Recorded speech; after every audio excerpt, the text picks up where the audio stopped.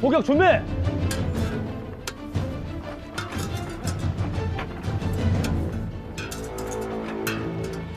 开放。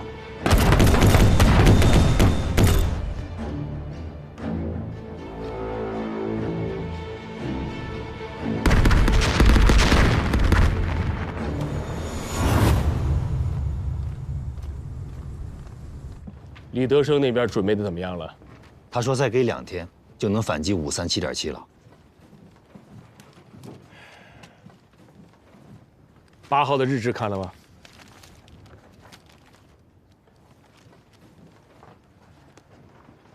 ？537.7北山的2号坑道遭到了炮击，133团30多官兵全部牺牲。我给你们读一下：死者死状极惨。 无一处明显创伤，然而凡暴露衣外的皮肤，均溃烂流水，头发如野火燎过般的焦黄，个个怒目圆睁，不明而亡。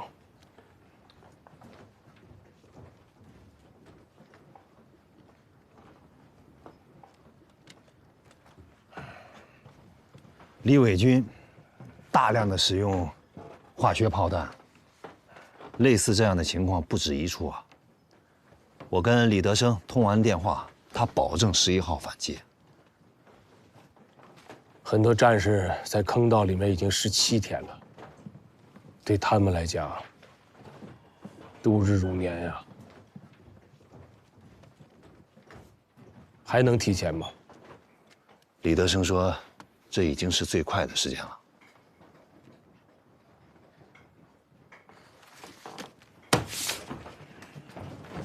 哎，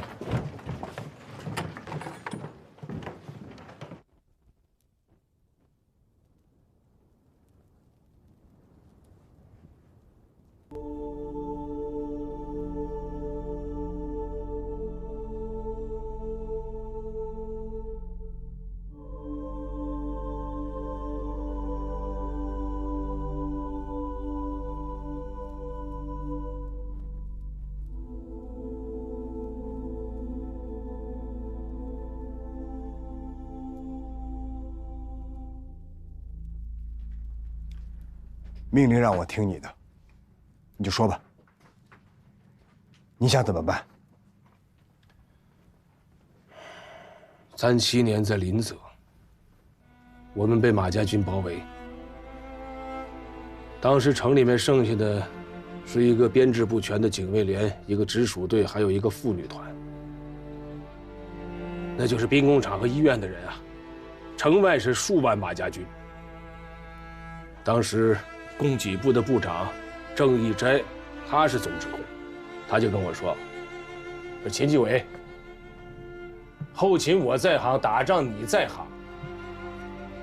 临泽保卫战，你全权负责总指挥。”当时我正在后勤当会计呢，离开部队很长时间了，这不是赶鸭子上架吗？ 但是没有选择，说上就得上。我带着部队守了3天，那是在一个雪夜突围成功，跳出了敌人的包围圈呀。李副军长，打起仗来，有的时候情势所迫，该上就得上了，不一定要做好所有的准备才能打。 秦军长，我知道你心急，我也知道你心疼还在537坚守的同志们。坑道里面战士们的处境，是我们站在这儿所想象不到的。没吃没喝，伤员和烈士都躺在一块儿，大小便和血水混在一起，每一分钟都是煎熬啊！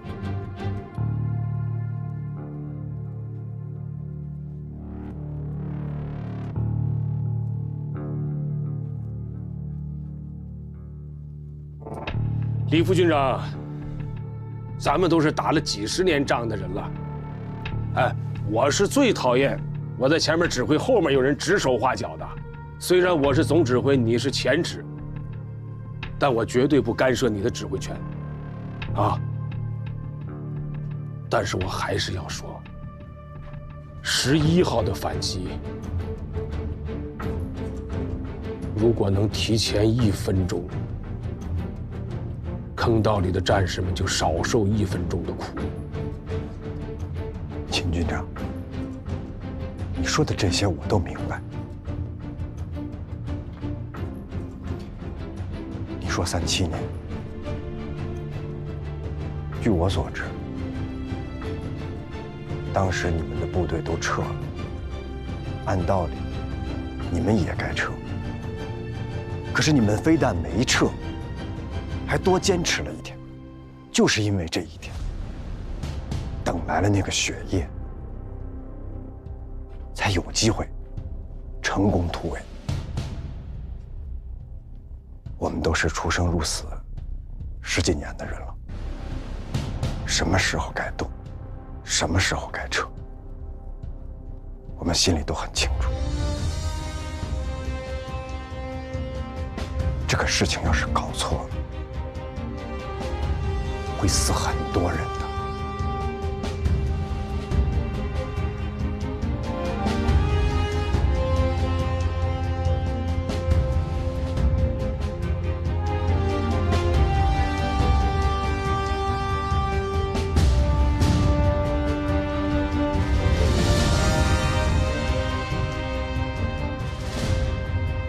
给我接李长林。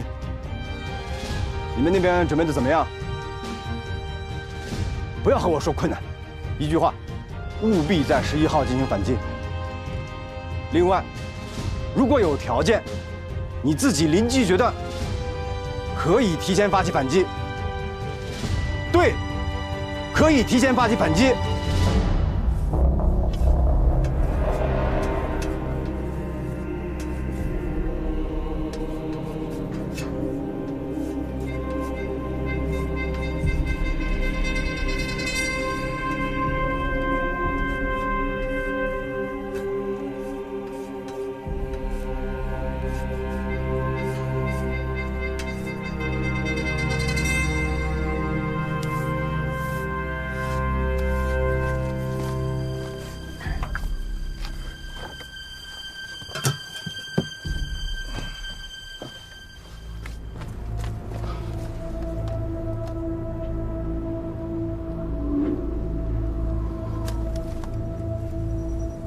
下雪了，美军飞机来不了了，可以向李副军长申请提前发起反攻。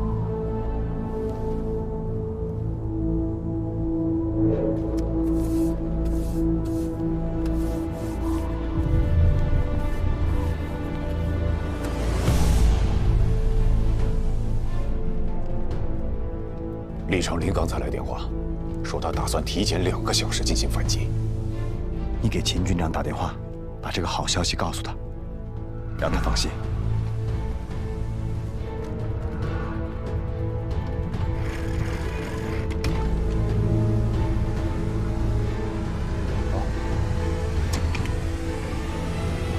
军长，李德生提前2小时对537.7发起总攻。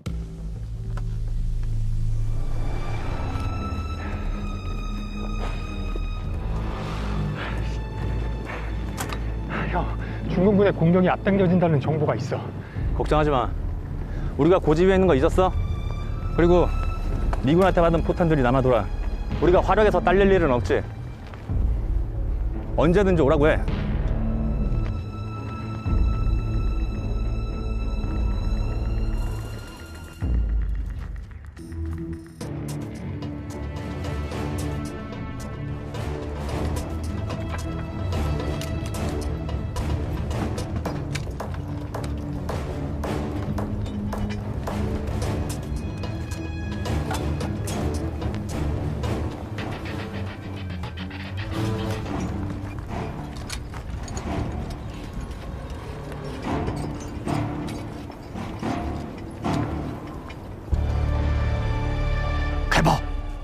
开炮！开炮！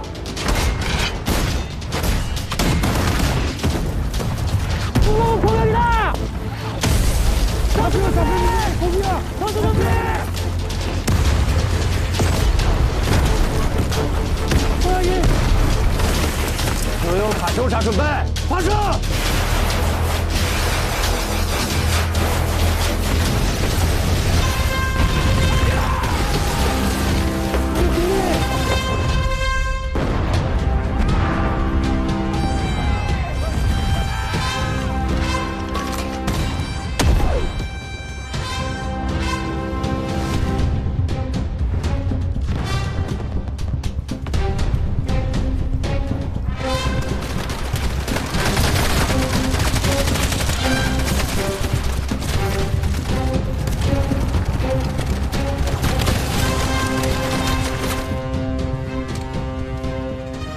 ！93团9连刚刚来电话，下午4时，他们歼灭了伪31团1个连，597.9高地11号阵地，已经夺回来了。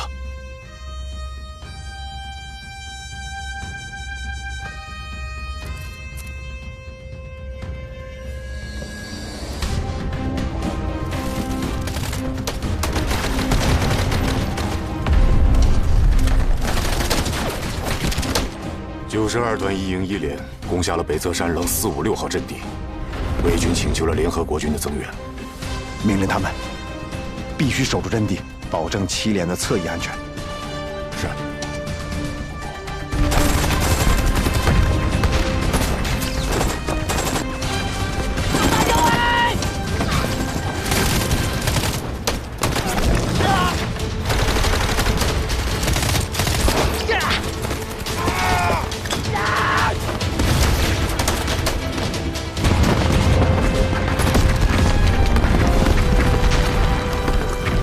7连已经攻占北棱的1号和2号阵地，不过他们连所有的干部全部牺牲。告诉他们，不惜一切代价，必须给我杀穿北侧山棱，不然整个反击都会失败。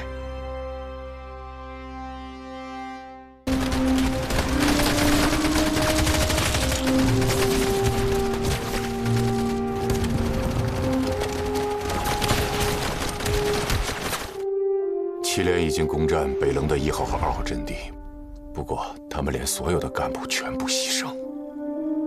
告诉他们，不惜一切代价，必须给我杀穿北侧山棱。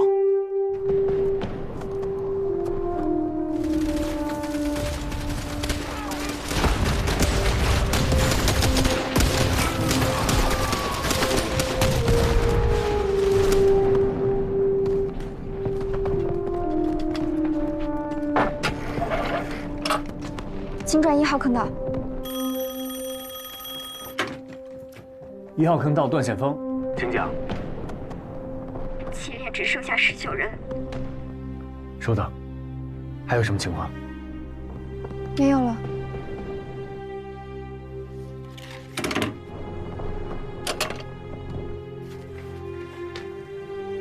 我们去支援7连。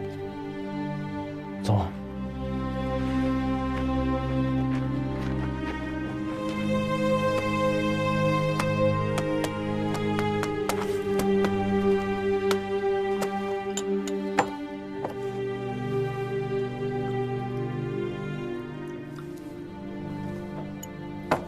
不行，50米太近了。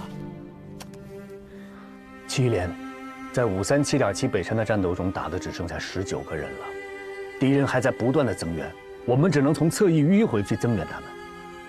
这回我们必须在30分钟之内杀上阵地，这需要利用极度精准的炮火压制住敌人的火力，才能完成任务。可我们之前步炮协同那么多次，从来就没有这么近过啊！我计算过了。这回的安全距离必须压在50米之内，这样才能确保在敌人反击之前，你们就能接地，不给他们任何反应的时间。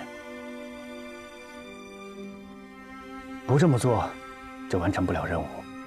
完成不了任务，我们的兄弟部队就要继续战斗，那会有更大的伤亡。那你让我去，你会解算弹道吗？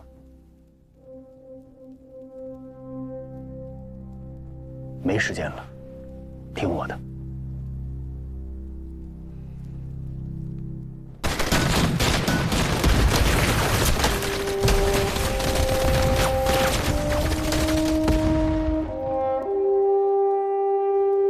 我是段显峰。你们怎么样？负责杀穿537.7北侧山棱的7连，只剩下19人了。我现在作为预备队在下面，但是他们打得很惨烈，我随时会顶上去。到那时，如果我需要缩小炮弹的安全距离，你一定不要犹豫，就按我给你的步炮协同手册上的方法打。段先锋，你不要命了？首长说了，今天天气不好，看不清目标区域，200米的安全距离都不够，你们会很危险的。不这么做，我们会完不成使命。我必须在30分钟内完成任务。你能支撑的最小距离是多少？70米。50米。什么？对，就50米。经过测试，50米才是步炮协同的最佳距离。还有一件事，想请你帮我，给菊亭县观察所的杜文锦打电话，把我们的约定告诉他。70米的安全距离，其实是50米。我知道了，保重，加油！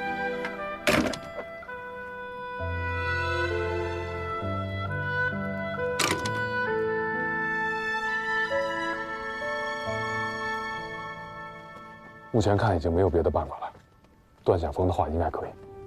请师长下令，把安全距离调到70米，进行第2次步炮协同作战。好。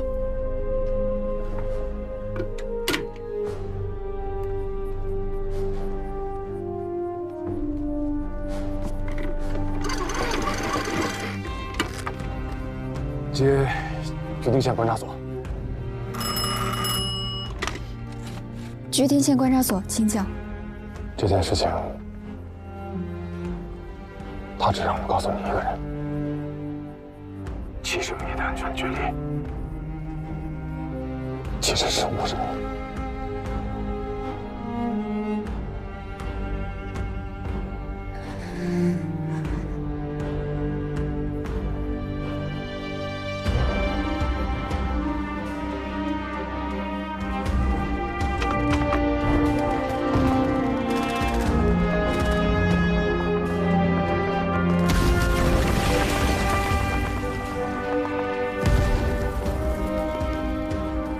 7连刚刚占领了山棱上的3号阵地，必须一鼓作气，全部拿下。他们只剩19个人了。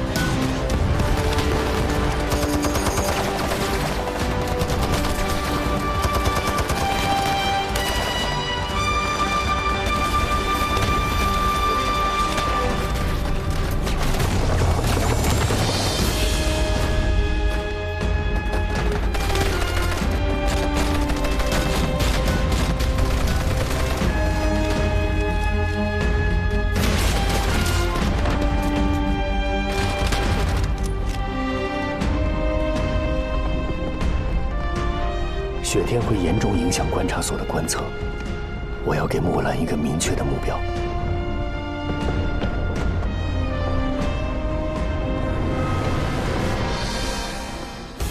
8连攻下了9号阵地，让他们赶快过来支援7连。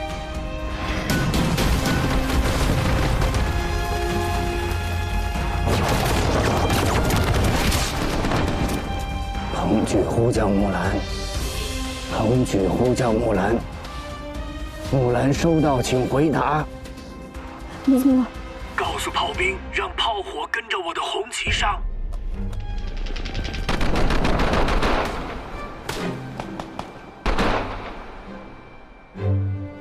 全体准备。8连先别动，我先上。你们和我保持50米，千万不要缩小距离，否则会被炮火误伤。要想降低伤亡，争取最大战果，必须要将安全距离继续压缩。但这需要炮兵观察员冒着牺牲的风险冲在最前面，引导炮火，引导弹着点，为冲锋部队打开安全通道。你能支撑的最小距离是多少？70米。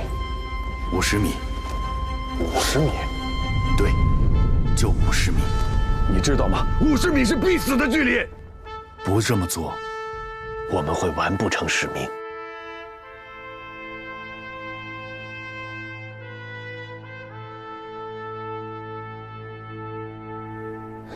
段先锋，坚持30分钟，一切就结束了。坚持30分钟，一切都会好起来的。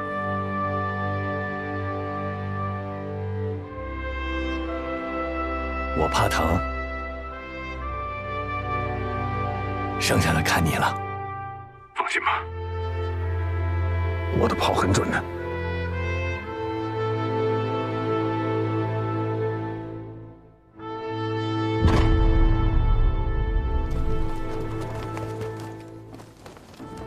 537-1号春雨，方向不变，标尺减2。1号，方向不变，标尺减2。1号春雨，方向不变，标尺减2。1号不变。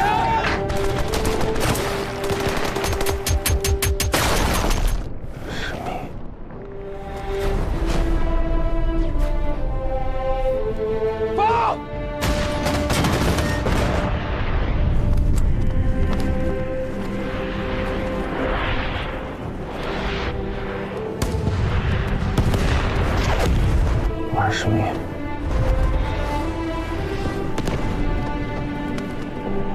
，30米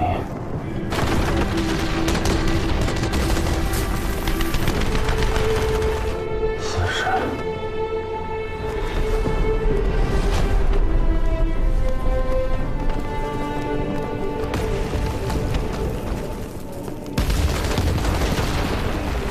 冲啊！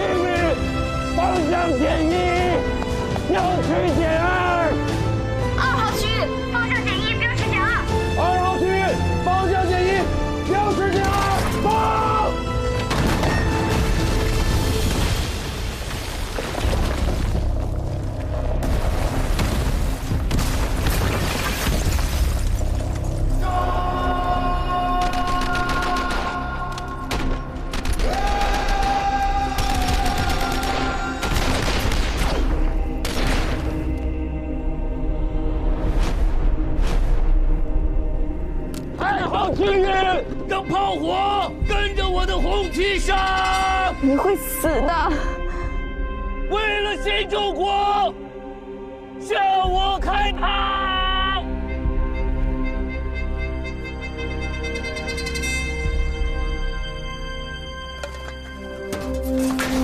放！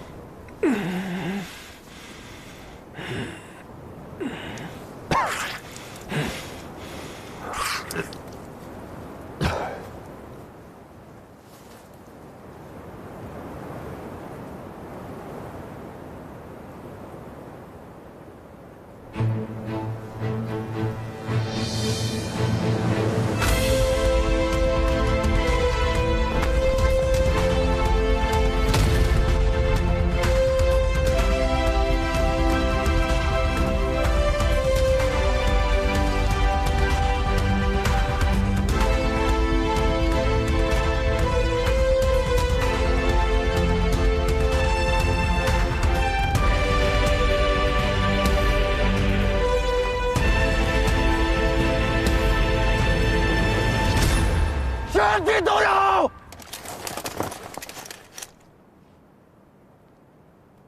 敬礼！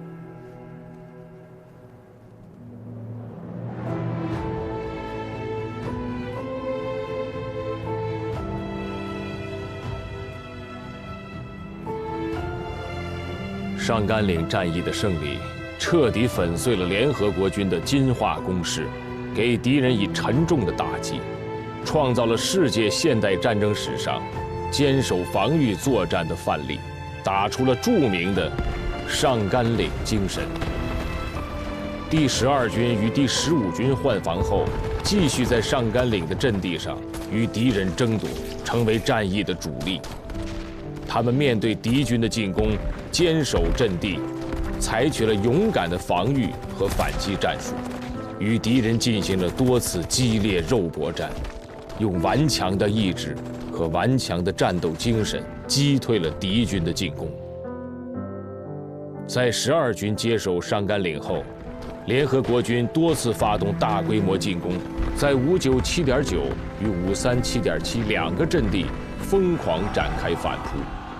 但是在12军的顽强抵抗下，一无所获，两个阵地最终都在12军手里。12军共计歼敌1.2万余人。战斗中，12军涌现出众多英雄人物：胡修道、崔长海、蒋永德、曾平章、刘宝成，以及许许多多的战士。冒着生命危险，用自己的血肉之躯筑起一道道铜墙铁壁，坚决保卫了英雄的阵地。他们英勇的战斗意志和高超的战术素养，沉重地打击了敌人，迫使联合国军不得不在1952年11月23日停止了上甘岭方向的进攻。我军获得了上甘岭战役最终的胜利。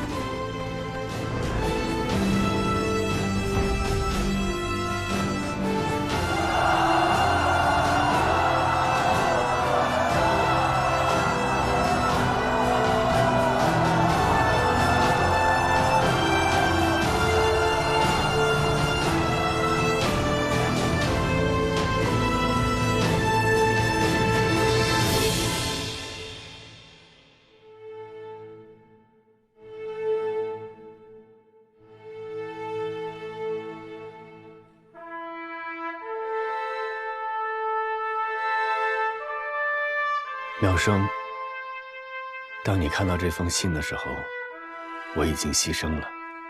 你不要哭，我的牺牲是为了让你和像你一样可爱的孩子们过上幸福的生活，每天都有笑脸。你们的笑脸是我们浴血奋战、前仆后继的力量和动力的来源。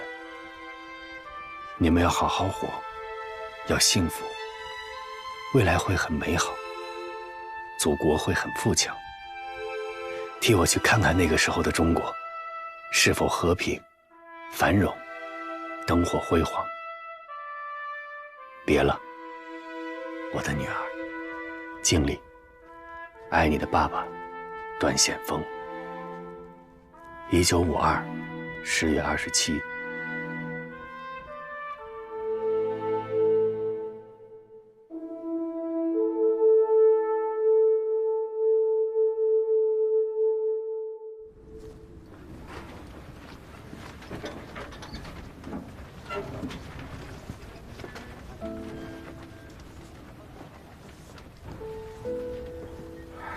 这是我写的关于将来我们反击美军步炮协同的想法。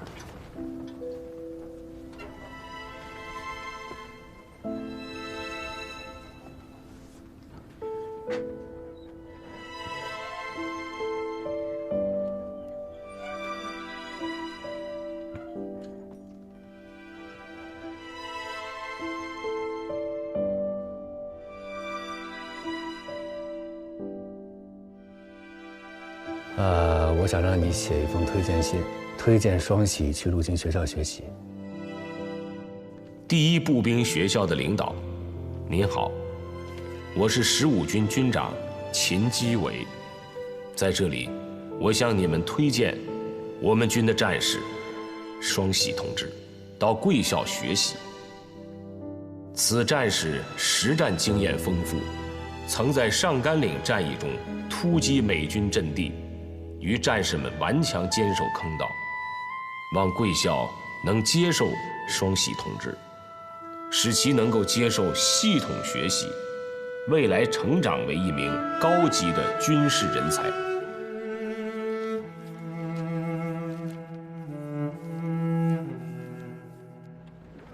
반장님, 저 싸울 수 있습니다. 꼭 그렇게 하셔야 됩니까? 싸워야죠, 계속.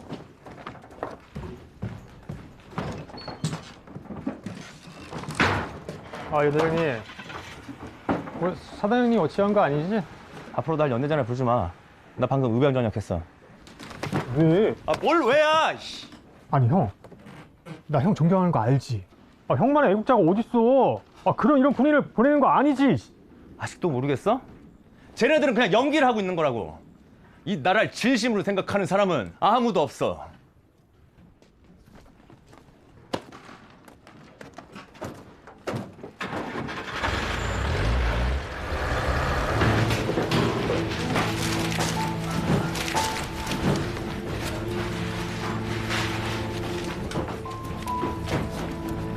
Stopping!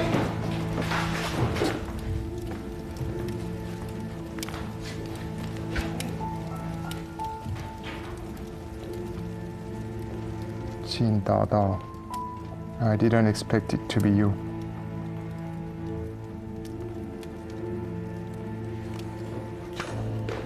Put it in your luggage and put it away.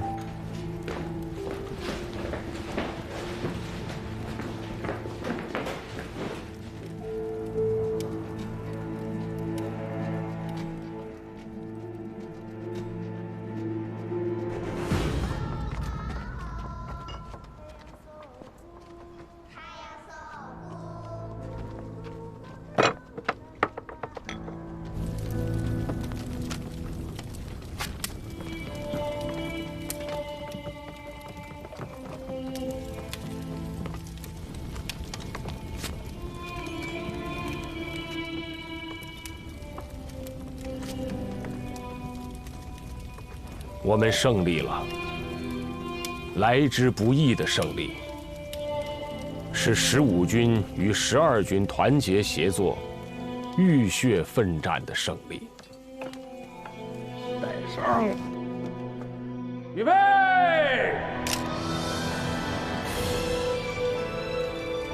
无数英雄长眠在上甘岭前这3.7平方公里的阵地上。 但祖国不会忘记他们为了祖国做出的贡献。别了，我的战友！别了，上甘岭！别了，英雄的阵地！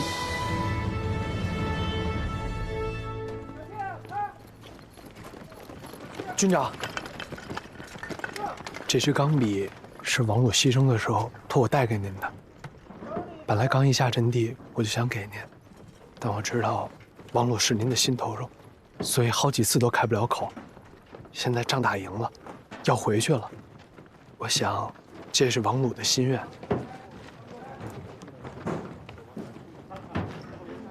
王鲁，有，过来，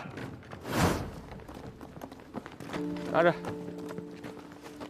哎，军长，你这是干什么呀？这表你拿着啊，计个时，1分钟，看看咱们谁的俯卧撑做的最多。这准备，你准备啊，这我哎呀，哎呀，开始。时间到。还是军长做的最多。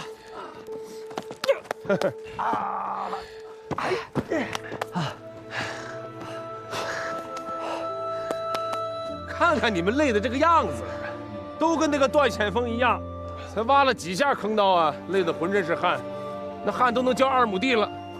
这机关干部跟一线战士的工作性质也不一样。有什么不一样的？都是当兵的。你以为你们当参谋呢，以后就不拿着枪上战场打仗了？该冲都得给我冲上去。从明天早上开始，早上起床以后，所有的参谋啊，跟他们都说，先给我做100个俯卧撑才准吃饭。好。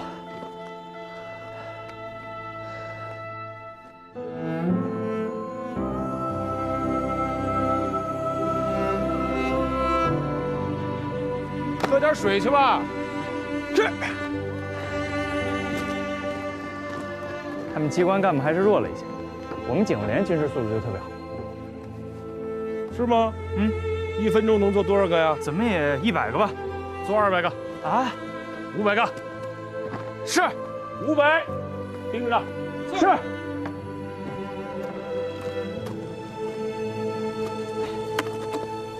刚来9纵的时候，你有20。16，这晃快6年了，在你身边也5年多了。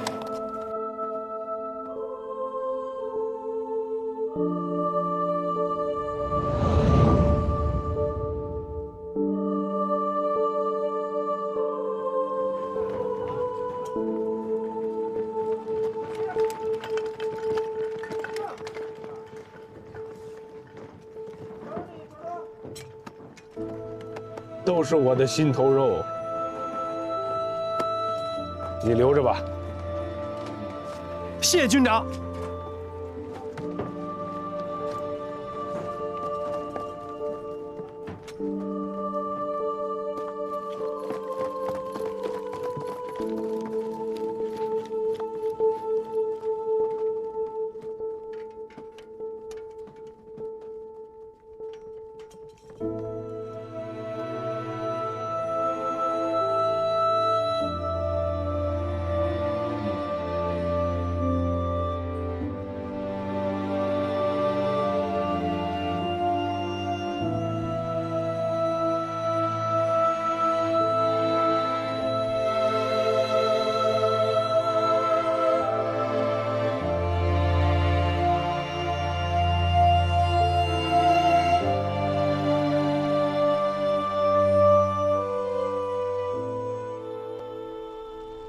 时间要打多久？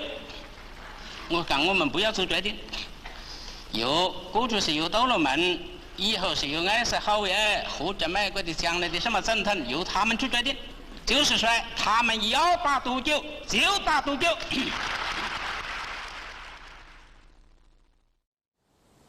主席好。你好啊，抗美援朝，你失去了一个儿子。我也失去了一个儿子，我们都是烈属啊。他们为国捐躯，死得其所，我们应该感到光荣。这是我们湖南的辣椒，也是我的一点心意，你把它带回去。谢谢主席。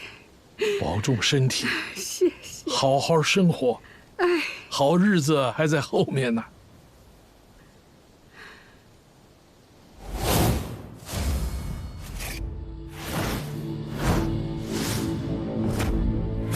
他们强行给志愿军战俘制作反共的纹身，虐待、拷打，甚至对手无寸铁的志愿军战俘们进行屠杀。They forced the PVA POWs to get anti-communist tattoos. They were tortured and beaten. Some were even killed indiscriminately. You mean massacre? 你是说屠杀？对，屠杀。根据我们的了解，志愿军战俘在10月1日进行了国庆升旗活动，美军用冲锋枪、轻武器冲进营地，对我们的战士进行了无差别的杀戮。 Yes, massacre. According to what we know, the PVA troops were conducting a flag-raising ceremony. The American troops charged in with submachine guns and started indiscriminately shooting our troops. 这些照片来自于一个爱好摄影的美国军官，在这次屠杀当中，有60多个人身亡，100多个人受伤。 These photos are from an officer who loves photographer in the camp. They massacred more than 60 people. Over 100 were injured. I hope what I'm hearing is not true, but the Red Cross and the United Nations will start to investigate immediately. 我希望我们听到的都不是真的，但红十字会和联合国会展开调查。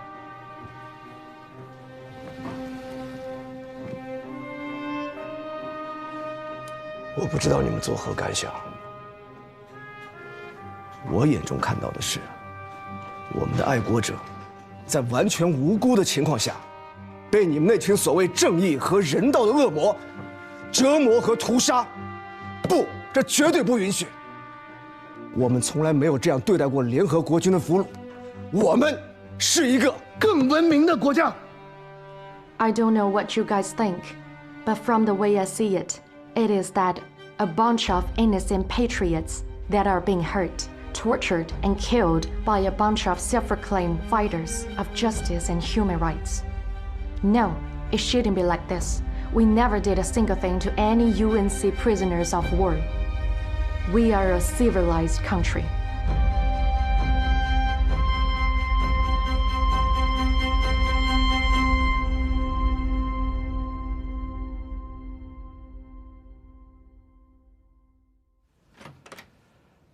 Oh.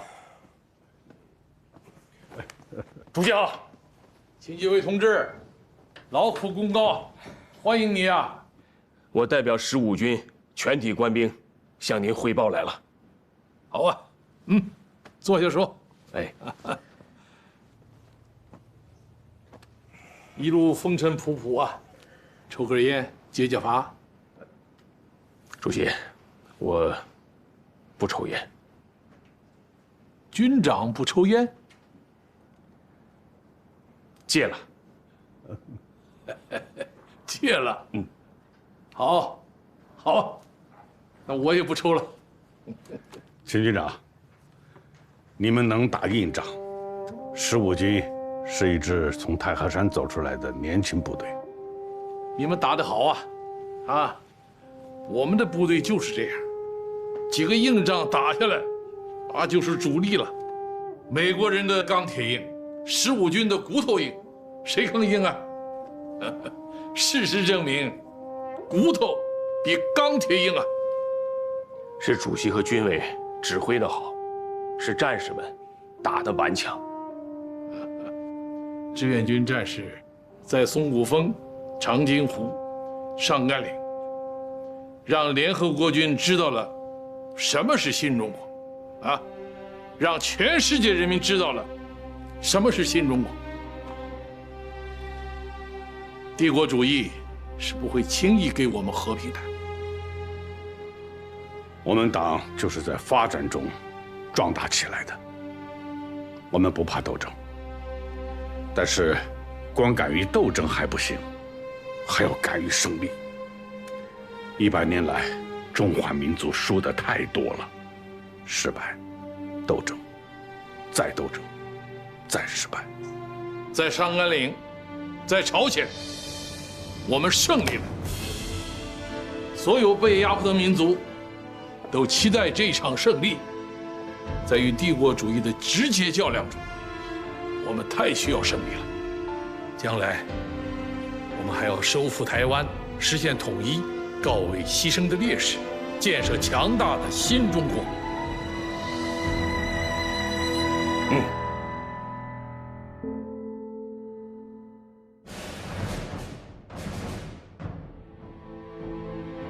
1953年的7月27日上午10点整，朝中代表团首席代表南日大将与联合国军代表团首席代表哈里逊中将正式签署关于朝鲜军事停战的协定及其附件。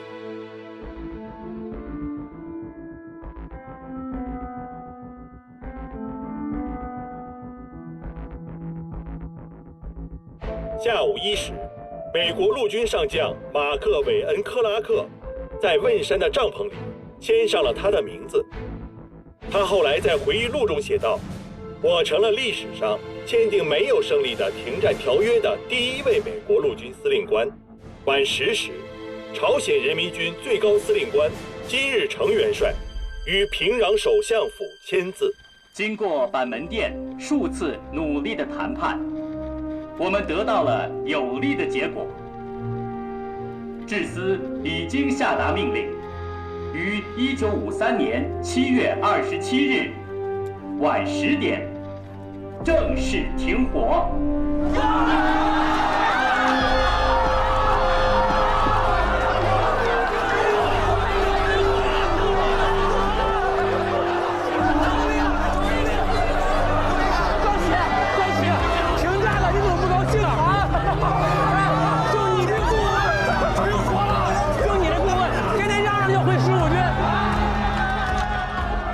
又想去前线啊？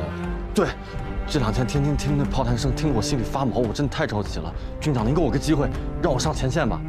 我保证不犯这样的错误。伤没事吧？臭小子行啊你啊！上高地没几天，这家长进可不小啊你啊！你这招真厉害，热热4两拨千斤。我让军长给你写了推荐信，仗打完了，你就去第1步兵学校学习。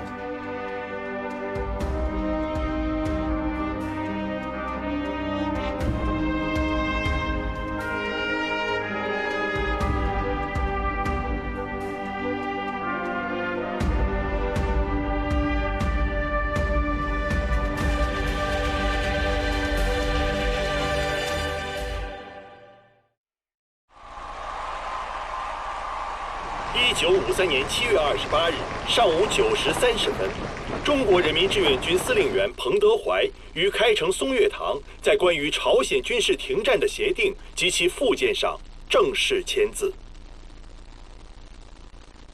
在3年一转之后，资本主义是个伟大根源强国的第一流准备，被hạn制在他们越南、苏法等牵流的地方。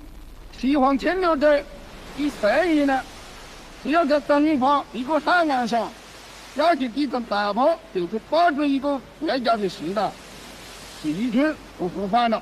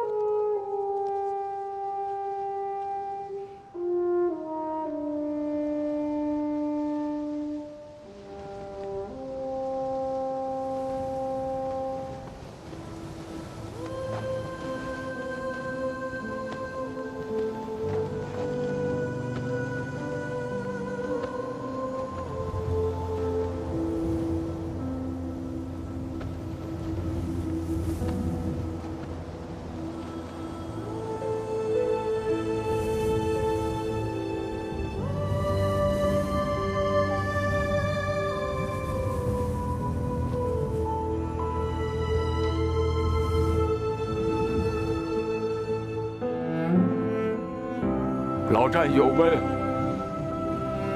我来看望你们了。